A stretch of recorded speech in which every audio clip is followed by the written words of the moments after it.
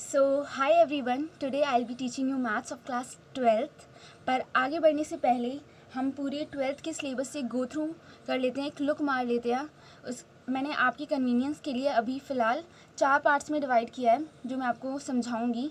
First part में क्या होगा, सिलेबस एनालिसिस बताऊंगी मैं, जिसमें मैं आप बताऊंगी कि क्या क्या चैप्टर हैं, कितने यूनिट्स हैं और उनके marks. Then changes in the syllabus, जो इस साल जो चेंजेस सीबीएसई ने किए हैं, जो इस साल 12th में आए हैं और नेक्स्ट ईयर 12th के पेपर देंगे फॉर द सेशन 2020-21, मैं उनके बारे में बताऊंगी कि उनके सिलेबस में क्या क्या चेंजेस किए हैं सीबीएसई ने रिसेंटली। सो ये आपको मैं बताऊंगी। नेक्स्ट थर्ड पार्ट में मैं आपको बताऊंगी कि सीबीएसई बोर्ड पैटर्न, कि कितने क्वेश्चंस कितने मार्क्स के आएंगे, कैसे टाइप के आएंगे, long type, short type, MCQ, ये सब मैं आपको डिटेल में समझाऊंगी कि कितने मार्क्स का आता है। देन फोर्थ पार्ट में लेवल ऑफ डिफ़िकल्टी। सो इस साल आपका सीबीएसई बोर्ड है, तो बच्चे सोचते हैं कि कैसा आएगा पेपर, कैसा होता है, तो मैं ये बताऊंगी कि कितना डिफ़िकल्टी लेवल रहेगा। Okay, so let's start. सबसे पहले है syllabus analysis and their weightage. तो जैसा कि आपको पता है कि 12th क्लास में टोटल 13 चैप्टर्स हैं जो कि 6 यूनिट्स में इंक्लूडेड है। फर्स्ट यूनिट है हमारी रिलेशन एंड फंक्शन, जिसमें चैप्टर 1 एंड 2 आते हैं, और ये टोटल कितने कैरी करता है, टोटल कैरी करता है 8 मार्क्स। ओके, तो ये थोड़ा थ्योरेटिकल चैप्टर है और एक बार समझ आने के बाद समझ आ जाता है, पर थोड़ा सा थ्योरेटिकल है।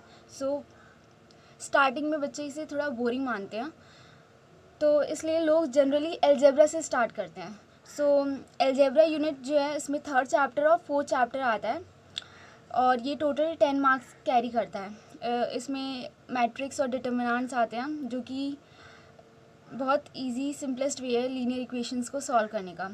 तो मैं भी इसी चैप्टर से स्टार्ट करूँगी, इसी यूनिट से, ताकि आपको बोरियत फील ना हो।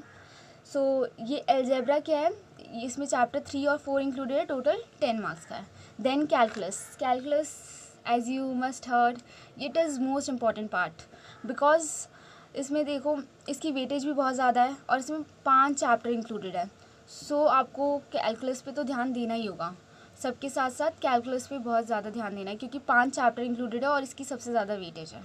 सो फोकस होना चाहिए। और देन हमारा नेक्स्ट यूनिट है vector and 3D। Vector chapter 10 है। वेक्टर्स आपने फिज़िक्स की 11th में भी पढ़ा होगा, वैसे ही है, बहुत ईजी। और 3D ये थोड़ा कंसेप्चुअल है पर बहुत इंटरेस्टिंग है और ईजी है। सो 3D will be in are 11th chapter और ये टोटल 14 मार्क्स कैरी कर रहा है।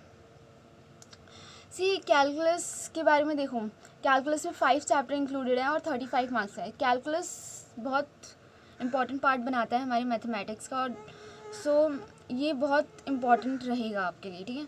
सो ये बहुत इजी है, अगर आप एक बार पढ़ेंगे तो आपको बहुत इंटरेस्टिंग लगेगा, अगर आप समझ लेंगे एक बार तो।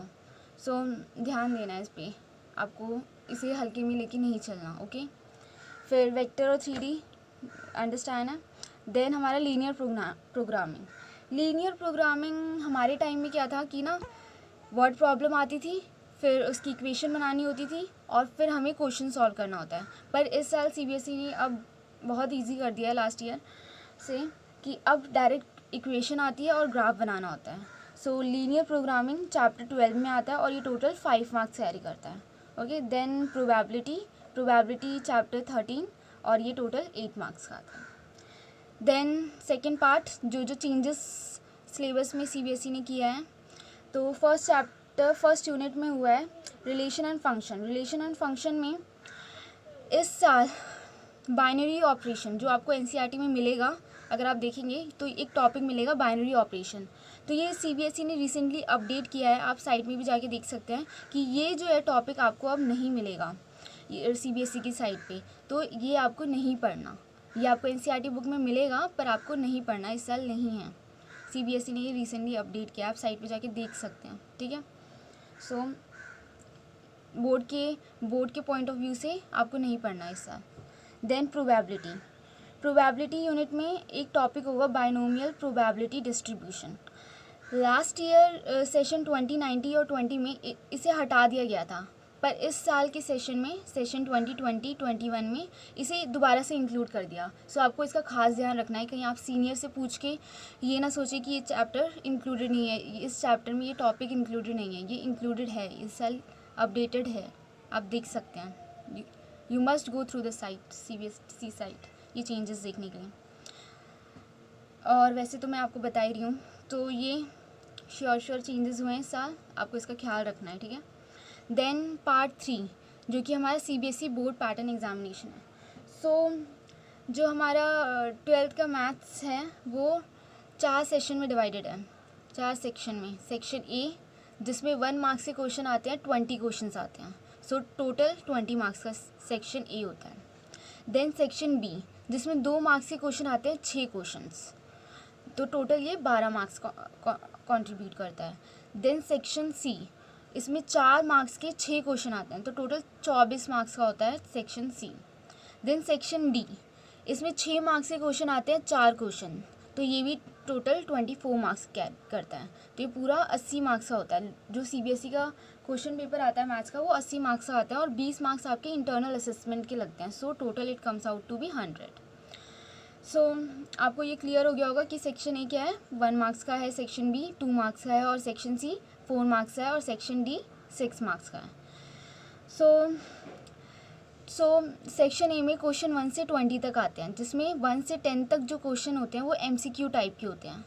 और सेक्शन A के 10 से 15 क्वेश्चन जो होते हैं वो फिलअप टाइप होते हैं, जिसमें आपको फिलअप करना होता है। MCQ में आपको टिक करना होता है डायरेक्टली, बहुत इजी होते हैं। और क्वेश्चन 10 to 15 में आपको फिलअप करना होता है 1 वर्ड में।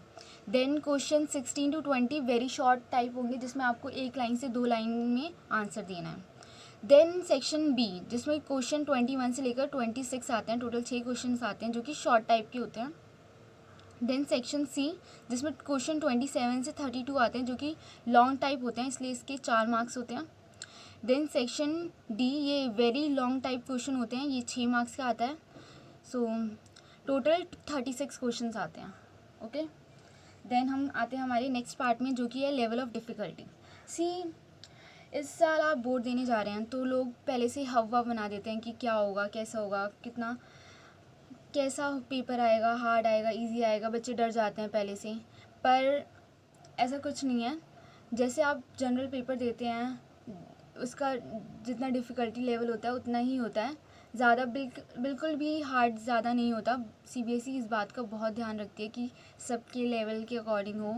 सबसे पहले आप एक चीज़ ध्यान दीजिए, NCERT में को 2 पार्ट्स पे डिवाइडेड किया है, जिसमें पार्ट 1 40% सिलेबस कवर करता है और पार्ट 2 60% सिलेबस कवर करता है, तो मार्क्स भी उसी के अकॉर्डिंगली डिस्ट्रीब्यूटेड है।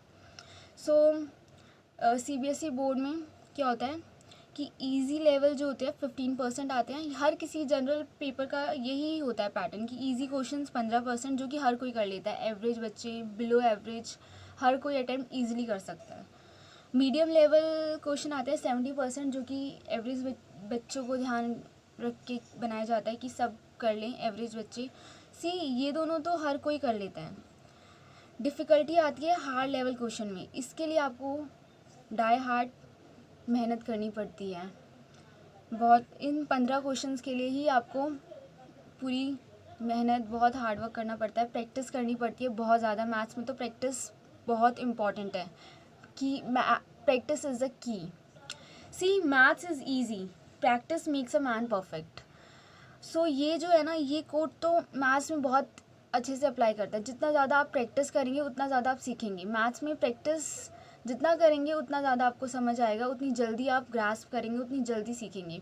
तो प्रैक्टिस में आपकी कोई कमी नहीं होना चाहिए और I am here to guide you. You must be honest to your practice and focus. फिर आप इजीली स्कोर कर सकते हैं 90+ इजीली। बस आपको ध्यान रखना है प्रैक्टिस का, ओके।